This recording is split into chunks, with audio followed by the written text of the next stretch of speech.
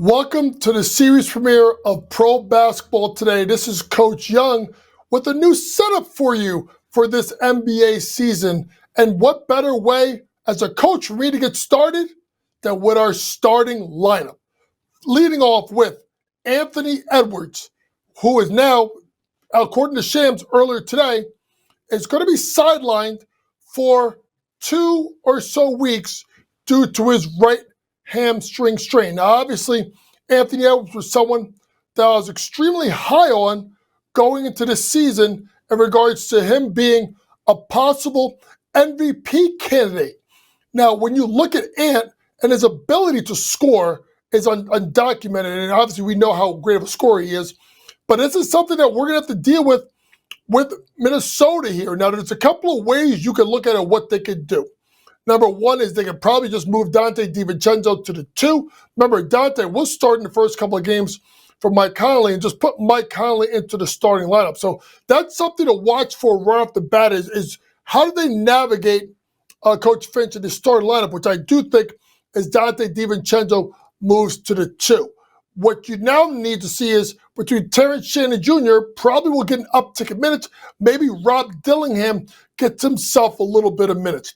But as you look at Minnesota, this now puts, to me, a more of a heavy workload on 3 scores. That's Julius Randle, who came off a really good playoff series this past year. You could also look at Jaden McDaniels, who had some big scoring games, but also Naz Reid, one of the top 6 men in the league, should get an uptick in production when it comes to the fact that Ant Edwards now is going to be out 2 weeks with a hamstring injury, according to Shams Charania. Let's head to the second part of our starting lineup, and that's the incident that took place last week in regards to Chauncey Billups being arrested in connection by the FBI in connection to an illegal poker game ring. He was arrested after the Portland Trailblazers were coming out. He was actually in his hotel when he got arrested. And it's something where, there's been talk. Obviously, there was Gilbert Arenas that has talked about this before. And listen, this is not the end of this. Obviously, Damon Jones, former NBA player, was involved in this as well. And it's a black eye for the league. Now, when you look at it, there's still things we don't know in regards to what Chauncey Billups and Damon Jones's role was in this. Were they just sharks? Were they just people that were there to bring in people who were getting the money taken from them? Or were they involved in the games in regards to the cheating that went on? Either way, this is not a good look for a Portland Trailblazers team who I firmly thought was going to go over their win total and then would be looking at possibly making the playoffs. Meanwhile, in the interim, Tiago Splitter, former NBA player, has now been named the, I guess you would call it, interim head coach. Folks, they can't let Chauncey Billups back coaching unless he's cleared of charges. If he doesn't get cleared of charges, I don't think you see Chauncey Billups again coaching an NBA game, because this is something that the NBA doesn't need at this point. So breaking news that happened last week, obviously, Chauncey Billups, head coach of the Portland Trailblazers, arrested and part of an illegal poker ring. Let's move on to another arrest that gave the NBA a black eye, and that's the arrest of Terry Rozier, who was arrested for basically being part of a gambling operation in which he informed, supposedly, people of the fact that he was going to pull himself out of a game early in March of 2023, and that people were going to go in and cash in under bets. There was a very interesting interview that Adam Silver gave Amazon Prime on Friday night. It was his first public comment since the incident. And what Adam Silver kind of said is there's nothing that he did in regards to the NBA, in regards to what he did was wrong. He didn't point shave. He didn't do anything like that. what he did was illegal in regards to sports betting. And what it has done now is it's opened up Pandora's box to, this is the second incident now, following Jonte Porter and his incident last year in regards to players being involved in pulling themselves out of games to help people cash in under prop bets. The NBA's got a problem, folks. And the problem is they are now partners with sports gambling companies. In fact, there was a report and a memo that Adam Silver sent to all 30 teams.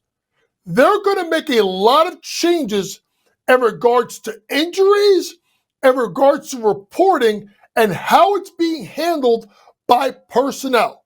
Because of the amount of gambling, especially in the prop market, there's got to be more fluency in regards to how are things being disclosed, what are teams reporting injuries, how they're being reported, because obviously this is affecting lines and numbers. But once again, Terry Rozier arrested as part of a gambling probe in regards to pulling himself out of a game early in March of 2023 to cash in under bets. Let's head to the WNBA with some news that was rumored to last week, but now made official today.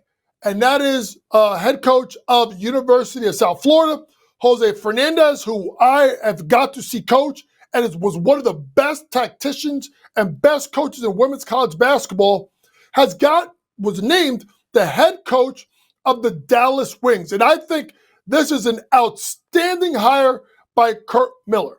Jose is very well regarded in his work with Team USA, but particularly I do believe in U18 and U19 basketball. He has done a great job at South Florida, really making that team a perennial top of the league contender while going through different leagues.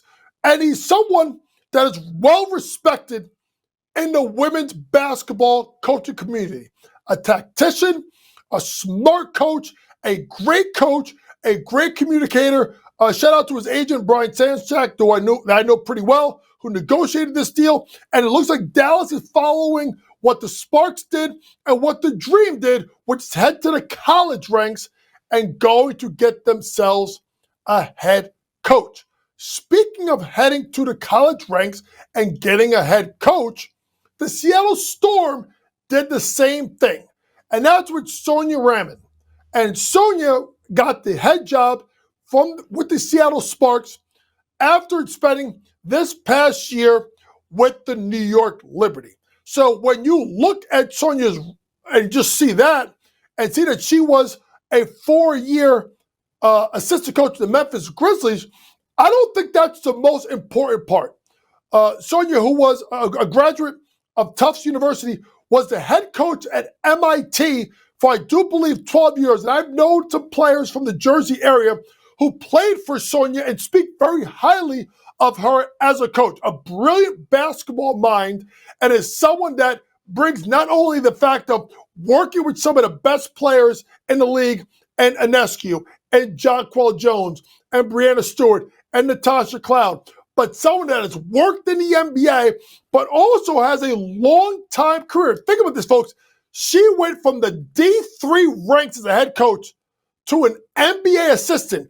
That tells you how good Sonia is as a coach. Congratulations to both Jose and Sonia in their well-appointed positions as head coach. Coming up next, we'll get into our future forecast, where we'll look at Victor Wembanyama and the start that he's had so far. BJ Edgecombe, who is now making a play for Rookie of the Year very early, shortening the odds. We'll take a look at Cooper Flagg, who finally got going in his last game. And we'll take a look at all things in the future forecast coming up next on Pro Basketball Today.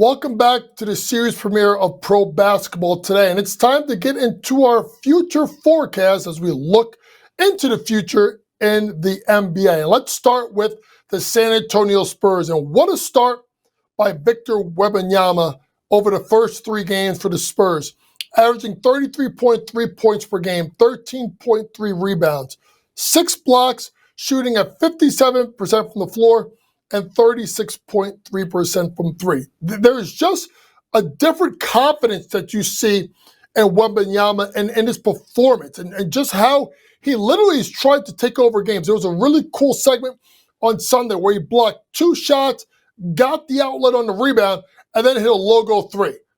Let me explain something to you folks. The San Antonio Spurs are here, and they're not just here because of Wembanyama. It's been the play of Dylan Harper coming off the bench for the Spurs, getting you 16 points per game, 5 rebounds, 4.3 assists. Now, the three-point shooting percentage at 28.6% is not what you're looking for Dylan, but what you're looking for is the excitement that Dylan is bringing, which, although San Antonio is 3-0, it does set up for the future. Why did they trade for De'Aaron Fox if you're going to draft Dylan Harper? You have to look at the fact of, if you're San Antonio, are you going to look to move, most likely going to be De'Aaron Fox, if you feel that that young backcourt of Stephon Castle and Dylan Harper can handle what they've been doing so far? But I will say this to wrap up on Wemby. If he gives you these stats for the remainder of the year, at 33 plus points, 13 plus rebounds, 6 blocks, 57% from the floor, 36.3% from 3, I'm telling you now, everyone go home, give him the MVP, and it will be unanimous. We just talked about the Western Conference and a really young backcourt that's intriguing. Let's head to the East. Has VJ's Edgecombe had a dynamic debut in the NBA with a 34-point performance, 13 to 26 from the floor, 7 rebounds, 3 assists, 5 3-pointers, and a win at Boston. And what's interesting about BJ is we knew that he was an athletic player, but he's also a really good catch-and-shoot shooter. And now, when you look at Philadelphia, they now have their young backcourt, in my opinion, of Tyrese Maxey and VJ Edgecombe, which now brings to an interesting part about what you do with Paul George, right? What do you do with PG8 when he comes back from injury? Because this kid has shown himself to be absolutely dynamic and spectacular. What a start by VJ Edgecombe, who now is getting up there and now is the second person behind this man for Rookie of the Year, and that's Cooper Flagg. Cooper Flagg in his first game struggled a little bit in his debut versus the San Antonio Spurs. You got to understand, folks, he did not get off to a good start. But after his big performance Sunday night and a better performance in game number 2, Cooper Flagg's now averaging 16.7 points per game, 6.3 rebounds, 3.3 assists, shooting 44% from the floor and 33% from 3. Now, I think the 3-point split is going to come up a little bit. I think it's going to be about a 36-37% shooter from 3. But Cooper Flagg has shown you in part of why he's such a generational talent. I really consider him to be a chameleon, right? Someone that can impact the game in different ways, offensively and defensively, in the half-court and transition, and now especially as the point guard in Jason Kidd's offense. Obviously with Kyrie Irving being out and D'Angelo Russell coming off the bench, you now have Cooper Flagg running the point with, obviously, Klay Thompson. And I think this is something we're going to have to monitor with Cooper Flagg, is his rebounds and his assists, his ability to impact the game in different ways. It wasn't the start that Cooper Flagg wanted. He did end up with a double-double opening game. But to me, what was most impressively with Cooper Flagg is his ability to run the point and really start to get better. Cooper Flagg will continue to improve as the season goes along for a Dallas team I firmly think makes the playoffs. Well, we've talked about a couple of rookies that have done well. Let's talk about one that's not. And that's Dylan Harper's teammate Ace Bailey, who's off to an extremely slow start, getting 1 point, not 10, not 100, point per game, 3 rebounds, 1.5 assists, and 10% field goal shooting. Now, I think eventually Ace is going to be a very good scorer in the league. Number one, what are we doing in Utah? I know Keontae George is a good player, but if you want to see if this kid is a good, put him in the starting lineup. Let him play. You're not going anywhere. It's obvious that you are tanking, and they either want Darren Peterson, Cam Boozer, or AJ DeBanza. So why are we playing around with this now?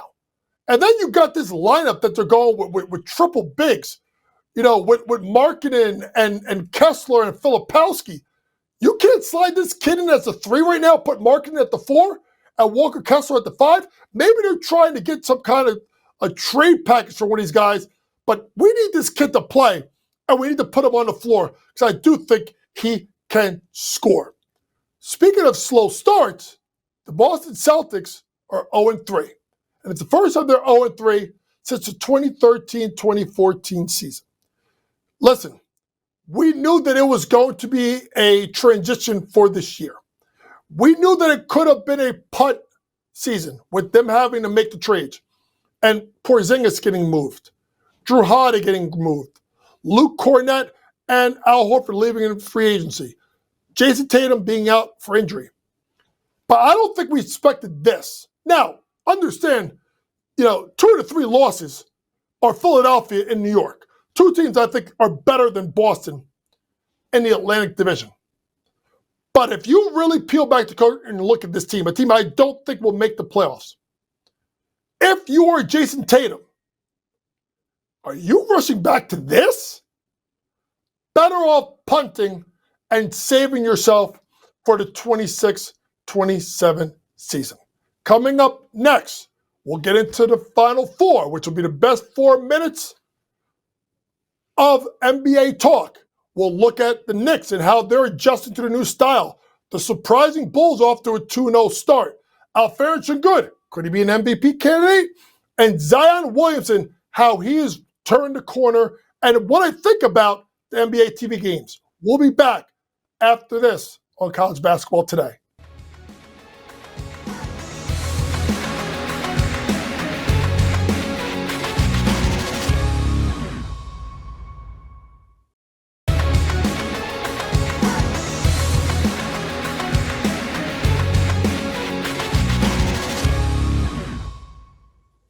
Welcome back to the series premiere of Pro Basketball Today. It's time to get into our Final Four, which is the fastest 4 minutes of NBA talk anywhere. And let's lead off with the New York Knicks, who are off to a good start with a record of 2-1, with wins over Cleveland and Boston, and then a loss at Miami last night. So what is different about New York that's making them really intriguing?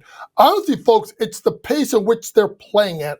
They're playing at a higher pace. Remember, they're the slowest team in the NBA last year. It's also the fact that they're flattening the defense and they're shooting a lot of threes. New York leads the league going into Monday night and 3 points attempted per game. That's something that was not a staple under Tom Thibodeau. Mikal Bridges, OG Anunoby taking more shots. Jalen Brunson playing off the ball. And although they lost last night, Deuce McBride has been a present surprise. What do the Knicks need? They need to get Mitchell Robinson back, and they need Yabusele, who doesn't look like in great shape, to round himself into form. Speaking of rounding himself into form, have you seen what the Chicago Bulls have done to begin the season? The Chicago Bulls, folks, are 2-0 after impressive wins versus Detroit and Orlando. Are the Bulls possibly a playoff team? Now, this was a team that I was not high on going into the season. But the most important thing about what Chicago is doing and Billy Donovan is they're defending. The Chicago Bulls, do you know, going into tonight, have allowed the least points per game in the NBA so far.